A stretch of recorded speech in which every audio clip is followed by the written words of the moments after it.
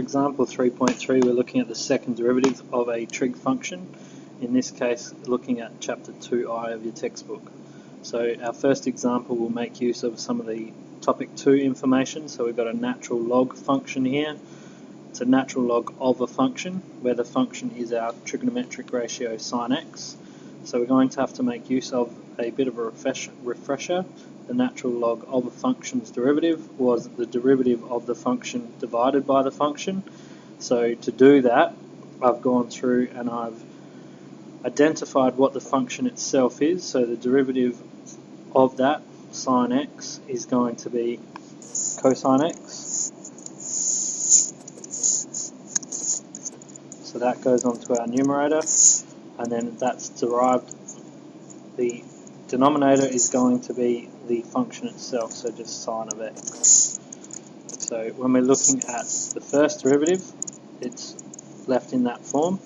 You will also note that from the reciprocal functions that we were taught in the first lesson for this topic, cosine divided by sine can also be written as the cot function, cot of x. But for this example where we're looking to do the second derivative, it's not going to be of much use to us, just something to be mindful of and remember. For the second derivative, obviously we need to derive that again for a second time. So in this case, that's where I've used the quotient rule, and I've prepared this one earlier for us. So I've already listed out our u dashed, and our v's. So they're just listed over here on the right hand side. So u, the numerator is cosine of x, its derivative negative sine x.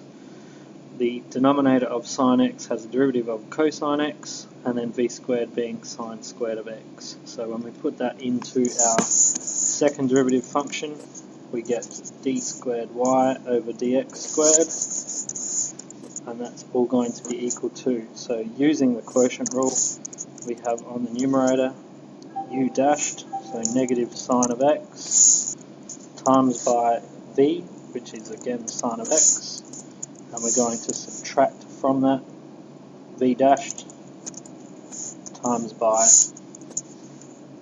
u. And on the denominator, just leaving that as sine squared.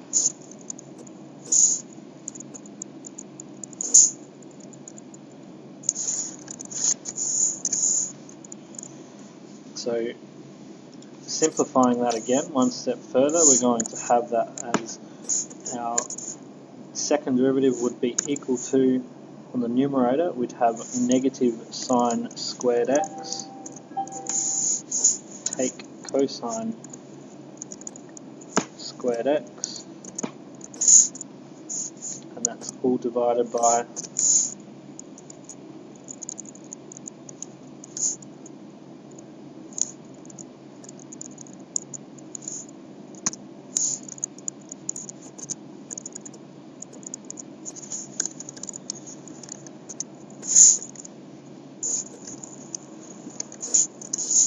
sine squared of x.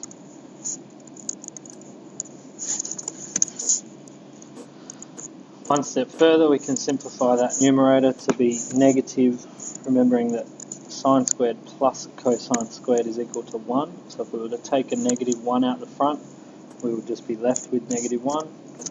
Negative 1 divided by sine squared of x.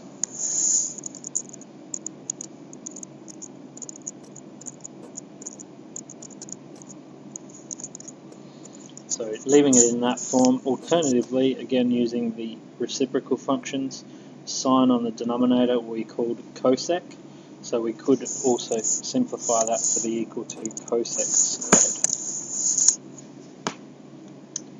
For part B, we're again going to make use of some of the topic 1 rules. So sine of a function, we're going to have to make use of the chain rule.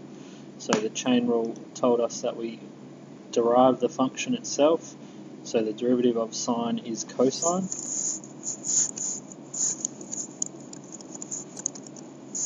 And then we multiply that by the derivative of the function in the brackets, which is 3 for the first derivative.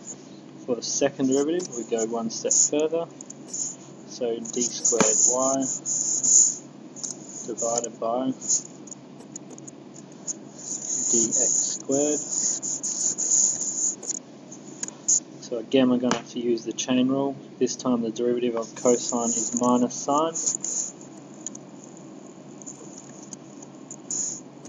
To multiply the 3 that was already there by another 3 from inside the brackets. So our result, giving us a minus out the front, times 9, lots of sine of this function 3x take 2.